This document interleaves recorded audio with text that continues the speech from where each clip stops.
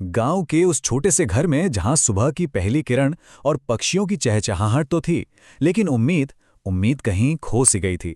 आज हम बात करने वाले हैं आखिरी बीज की। ये कहानी है बिहार के एक छोटे से गांव की और वहां के एक बेहद साधारण किसान हरिराम की। ये सिर्फ किसी एक इंसान की कहानी नहीं है, बल्कि उस हिम्मत और जज्बे की बात है जो हमें सबसे मुश्किल वक्त में भी टूटने नहीं देती।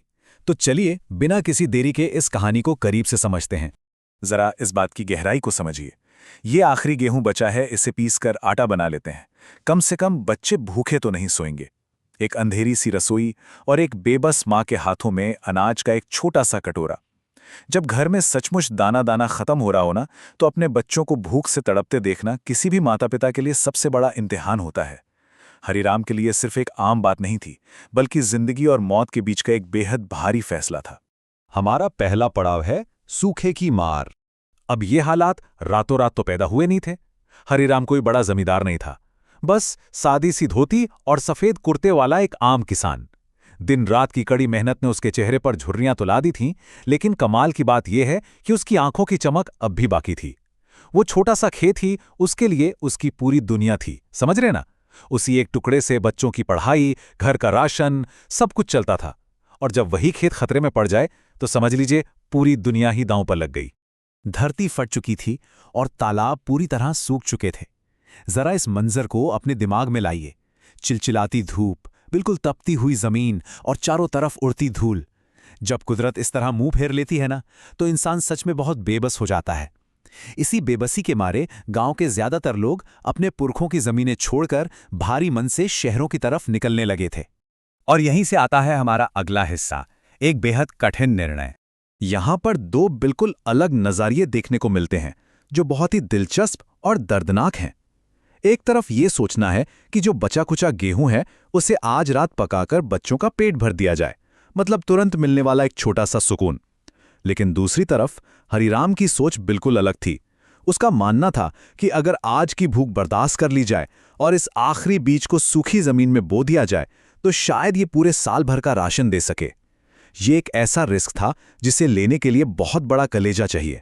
हरिराम ने उस आखिरी गेहूं को अपने खुरदुरे हाथों में लिया और बहुत ही शांत आवाज में कहा, अगर इसे आज खा लिया तो बस एक रात पेट भरेगा, लेकिन अगर इसे मिट्टी में बो दिया तो शायद पूरा साल घर चलेगा। सोचकर देखिए, जब सामने बच्चे भूखे बैठे हों, उस वक्त अपने आखिरी निवाले को मिट्टी में मिला देने का फैसला करना, इसके लिए कितनी असीम हिम्मत चाहिए होती है। अब बात करते हैं इस सूखी जमीन पर उनके संघर्ष की। तो चलिए देखते हैं कि इसके बाद क्या हुआ। पहले दिन बिना चप्पल के उस जलती हुई जमीन पर चलकर हरिराम ने वो बीज बो दिया।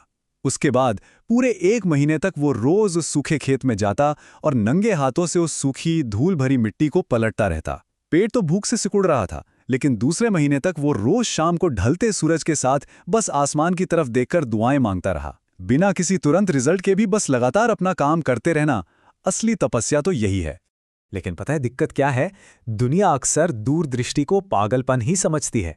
जो लोग अपना घर बार छोड़कर शहर जा रहे थे, वो हरिराम को देखकर हंसने लगे, कहने लगे, पागल हो गया है हरिराम, सूखी जमीन में बीज डाल रहा है। अक्सर ऐसा ही होता है, जब हम कोई ऐसा रास्ता चुनते हैं जिस पर कोई और नहीं चल रहा, तो शुरुआत में सिर्फ ताने और अकेलापन ही मिलता है। पर हरिराम, वो चुपचाप अपना काम करता रहा। और फिर आता है कहानी का सबसे अहम मोड़, बारिश और एक नई उम्मीद।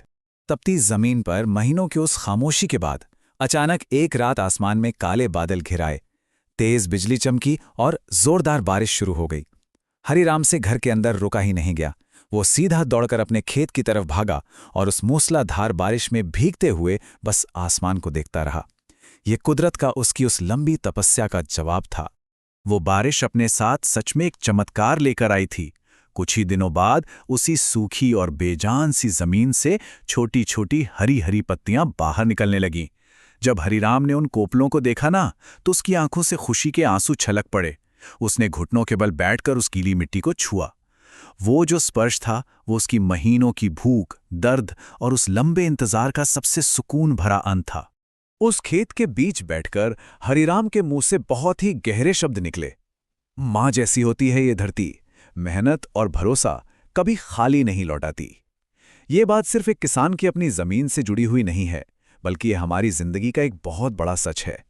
हालात चाहे कितने भी बंजर क्यों न लगें, अगर आपने मेहनत और भरोसे के बीच सच्ची नीयत से बोए हैं, तो कुदरत उन्हें कभी बेकार नहीं जाने देती। और अब पहुंचते हैं इसके नतीजे पर, मेहनत का फल। ये तस्वीर हमें दिखाती है कि वक्त कैसे पलटता है। जरा कुछ महीने पीछे चलिए, जब गांव वाले हंसते हुए शहर भाग रहे थे, और अब आज का दिन देखिए, पूरे गांव में सबसे लहलहाती फसल हरीराम के खेत में खड़ी थी।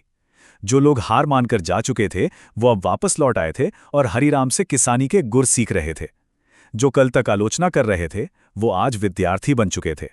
हरीराम की इस कामयाबी से अगर किसी को सबसे ज्यादा हिम्मत मिली तो वो थे उसके बच्चे। उसके बेटे ने बड़े फख्र से कहा, मेरे पिता गरीब जरूर हैं, लेकिन हार मानना इन्होंने कभी नहीं सीखा। हरीराम ने अपनी आने वाली पीढ़ी को सिर्फ पेट भरने के लिए अनाज नहीं दिया, बल्कि जिंदगी का सबसे कीमती सबक दिया है, मुश्किल से मुश्किल वक्त में भी डटे रहने की हिम्मत। ये कहानी हमें ये सोचने पर मजबूर करती है कि सही दिशा में की गई मेहनत कभी खाली नहीं जाती। जब चारों तरफ अंधेरा हो तब भी एक आखिरी उम्मीद तो बचती ही है। अब सवाल यह है कि हमारे और आपके जीवन का वो आखिरी बीज क्या है?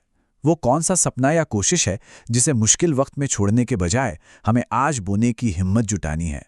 इस सवाल के साथ हम आज की ये कहानी यहीं ख़त्म करते हैं। इस पर विचार ज़रूर कीजिएगा।